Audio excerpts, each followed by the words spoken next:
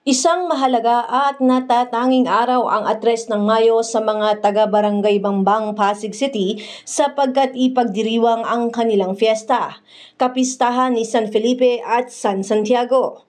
Kung kaya't nitong Miyerkules ay opisyal nang binuksan ang isang linggong selebrasyon. Isang kick-off parade ang umikot sa mga kalsada ng nasabing barangay kasama ang mga opisyal at ilang pang mga residente dito.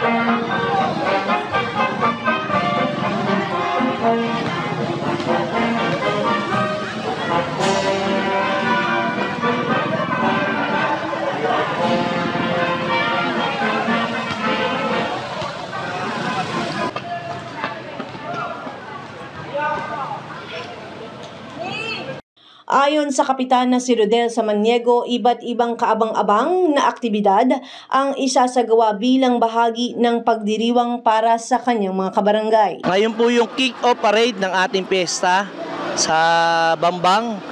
Ang patron po natin ay si San Felipe at si San Santiago. Ito yung pinakaumpisa nung nobinaryo ng Bangbang Fiesta. Pero actually, ang fiesta natin is May 3. Andiyan siyempre, ang Bangbang Parish Church, ang mga NGO natin. Andiyan din ang sponsor natin, si Akay ni Sol at ang office ni Consiel Volta. Kung makikita nyo, andiyan yung mga NGOs natin, HOA, mga association po rito sa Barangay Bambang, yung mga contestant po sa mga darating na competition po natin dito sa piyesta natin. Actually, ang susunod natin event is 27 up to May 3. May mga kanya-kanyang event po kami na iikot dito sa Barangay Bambang. Iba-ibang event.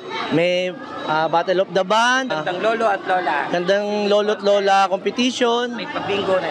May bingo.